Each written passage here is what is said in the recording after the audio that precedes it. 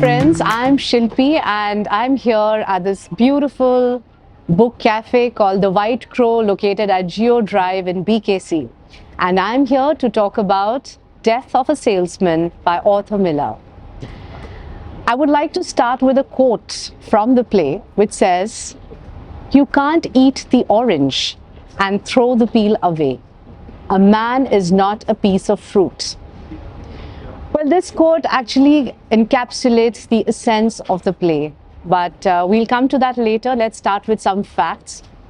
This play was written in the year 1948 by Arthur Miller, an English playwright, at the age of 32. It was first premiered in Broadway in the year 1949 and straight away ran in 742 performances way until 1950. That was the kind of response, overwhelming response it got from its audience. The play won Pulitzer Prize for Best Drama and a Tony Award for the Best Play. It was again revived 5 times on different occasions in a span of 50 years. It was adapted into films on 10 occasions. It was also adapted into TV series across multiple countries in different languages. So that's about the play. Some facts. Now let's talk about the essence of the play. It is a 2-act play followed by a requiem, and it is set in 1940s Brooklyn. Author calls this play as the tragedy of a common man. The play is primarily about the American dream and how the protagonist spends his life chasing this American dream. The American dream says that if you work hard enough, you can amass wealth, you can gather recognition, you can gain success, and you can be the number one man. The play is also about the economic condition of the protagonist and people in general who are struggling financially to meet their aspirations while chasing the American dream. The play is about a family who refuses to speak the truth either to each other or to themselves. They live in a lie of deception to fend off the reality, which is way too different from the aspirations they hold while chasing the American dream. The play is also about a father-son relationship where they loved each other, they lost that love, and towards the end, they recognize that love again. In short, the play is about life. This play was inspired by Miller's uncle, a traveling salesman. His name was Manny. He was actually delusional about life. He tried hard to become successful, couldn't become, and in the end he also committed suicide. The play is also inspired by Arthur's own family's financial struggles during the World War II and the Great Depression that followed. And it's also, the house in the play is inspired by Arthur's own house during his growing years in Brooklyn. Now, the underlying theme of the play is living in denial of the grim reality, and actually to fend off that reality by escaping into the past. Now, this underlying theme was supported by giving a new form to it. Arthur actually discovered a new form. He invented a new form with this play, which was to make the past and the present work together simultaneously in one scene at the same time. This had never been tried before until then. And it's actually something similar to life, where while we are talking to somebody, we are suddenly triggered off into a conversation from the past, which probably happened 30 years back. And what Arthur tried to do is bring that into the frame, in front of the audience, where the protagonist is also living in the present and at the same time thinking about something from the past. Now, to help this transition happen, there were a few elements that were used in the set design very effectively, mainly the music. Music would come in the form of a melody of a flute, at the onset of every transition. Then apart from music, there was the usage of lights, which would change as per the transition when the protagonist would go back and forth between the present and the past. The third thing was, which was very effectively used in the set design, were the walls. The walls were transparent. So every time the characters were in the present, the walls would be respected by the characters. And when the characters would go into the past, they would transition into the past, the walls, they could walk through the walls. So that's how they tried to create the back and forth between past and the present. So a little trivia about the title was that initially author had thought the title to be Inside His Head. And the set design that he thought of was a skull, where inside which the whole action would take place. Of course, for all practical reasons, this idea was dropped, and then the widely acclaimed set designer, Joe Milesiner, gave a completely different set design to this play. What she created was a wispy, dreamy house, a fragile house, which was surrounded by towering, angular, angry buildings around it, which depicted the domineering presence of capitalism, which had started to take over America at that time, and the identity of this fragile house slipping in obscurity when surrounded by these towering buildings. So the towering buildings were representing the domineering force of capitalism that had started to take control over America, and under which the fragile identity of the protagonist was entrapped and it was slipping away. Now, let's talk a little about Arthur Miller. As we all know, Arthur Miller was a very celebrated, widely acclaimed American playwright of the 20th century. Arthur was known for his political activism, which was largely portrayed through his stories that criticized mainstream America for its darker elements of capitalism and the real life struggles that the society faced while chasing that American dream. Apart from this play, Arthur has written many other successful plays like All My Sons, The Crucible, and A View from the Bridge. I would personally recommend that you guys see his interviews, which are great lessons in wisdom and writing and his approach towards life and America of that time. So let's talk about the characters. The protagonist is Willy Loman. He is a traveling salesman in his early 60s. He's 63-year-old, and he became a salesman because long ago in his early years, he saw a very successful salesman by the name of Dave Singelman. Now, Dave commanded respect, authority. He was a very successful salesman, and he acquired a lot of wealth. This was Willy's inspiration. Whether he had in him to be a successful salesman or not didn't really matter to him. He got impressed by Dave's success, and that was it. That's how he decided. But this led to a lifelong strife in Willy's life. He could never actually be a successful salesman. But instead of facing the reality as is, he started escaping his reality by becoming delusional. He kept on going into the past to fend off this hard reality. He could never really face it. Now, furthermore, what he did was he passed on these values to his sons, his unfulfilled dreams. He wished the values that he passed on to his sons were that being recognized and accumulating wealth are the markers of success, hoping that his unfulfilled dreams will be realized by his sons. But in the process, he gets even more disappointed and shattered because his sons don't turn out to be successful either. Now, author once described Loman as a man who, upon hearing society's thundering command to succeed, found himself staring at a failure in the mirror.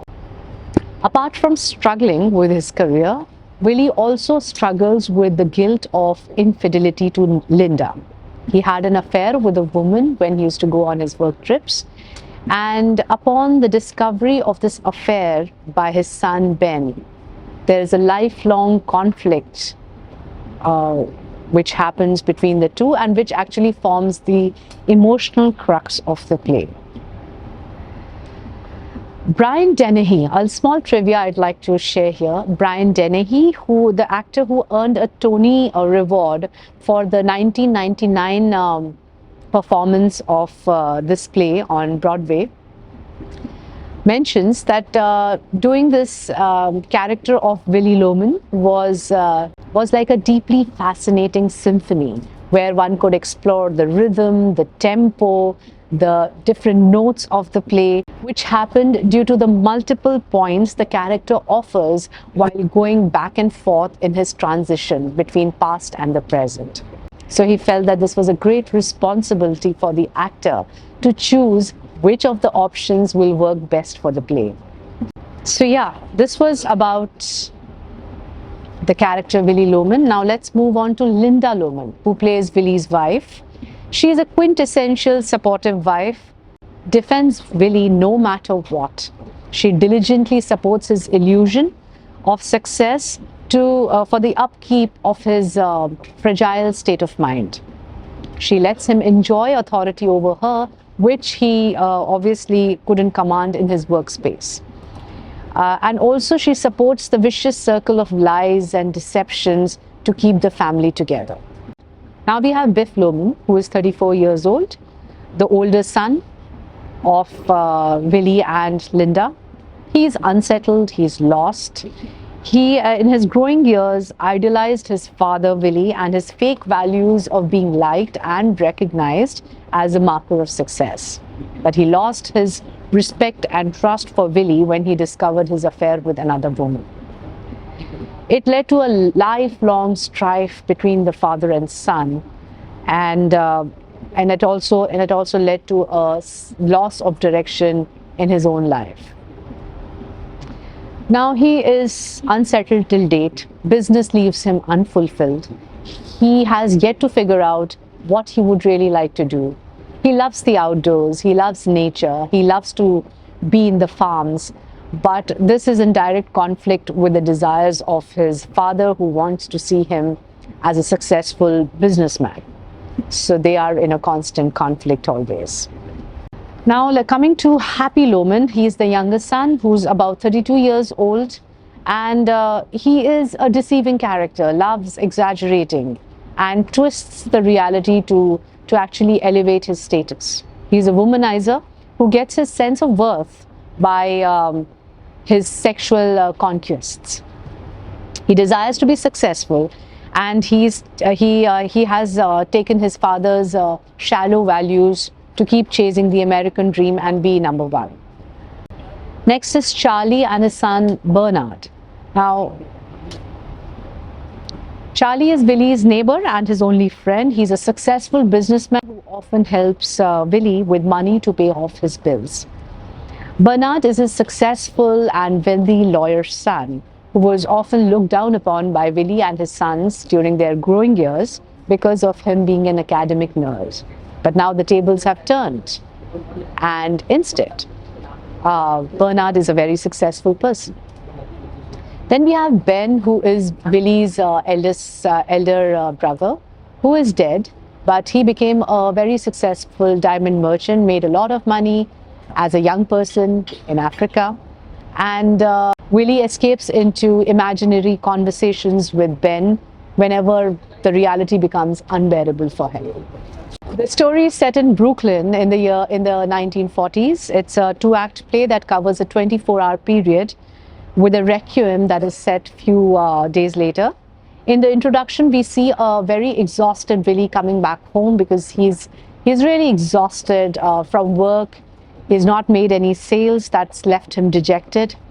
and mental confusion plies him severely and has led him to nearly crashing his car a few times during his work trips.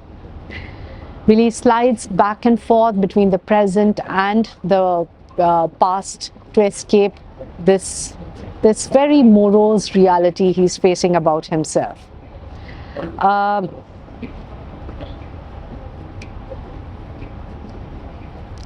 He also keeps sliding back to delusional conversations with his elder brother Ben, again to to kind of get off this reality. Now we see that Linda, his ever supportive wife, is constantly there. She's trying to coax him, relax him, while Willy is going back into his nostalgia of remembering his past. She's supporting him and basically trying all of this to keep his state of mind positive. As Willy goes back into conversations with his elder brother Ben, Ben's success is a nagging reminder of Willy's own failure and something he's always trying to come to terms with. Willy has two sons, Biff and Happy, who are in this scene. They are at home, they are resting. Biff is back home after a series of career failures. He's unsettled, he's not sure where his career path is going, what he wants to do. And this adds to Willy's woes. In a separate scene that follows, we see Linda confronting her sons about their father's deteriorating health, his mental decline, his confusion, and his attempts at wanting to kill himself. She also reveals that he has lost his salary, he's on straight commission, which is added to his financial pressure, and many a times he's borrowing money from their neighbor Charlie. She appeals to them to resolve their conflicts with Willy and start earning well so as to relieve Willy of this burden. Soon in the kitchen area, where the family mostly gathers, a discussion is held over reviving Biff's career by him seeking out an old employer who can provide him financial aid for establishing a business in the sporting goods. This brings in a very hopeful cheer amidst the sad atmosphere of the play. Towards the end of Act 1, Willy also plans to talk to his boss for a salaried position in New York. Well, the next day, both Willy and Biff's meetings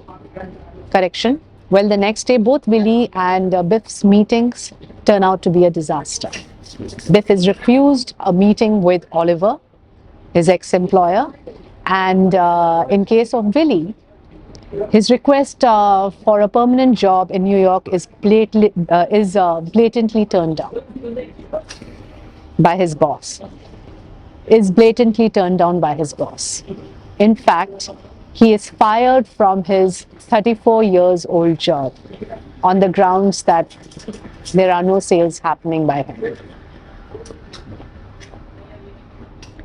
So later, when Happy, Biff and Willy meet that night over a pre-planned celebratory dinner, they are soaked in dejection over the disappointment of their meetings.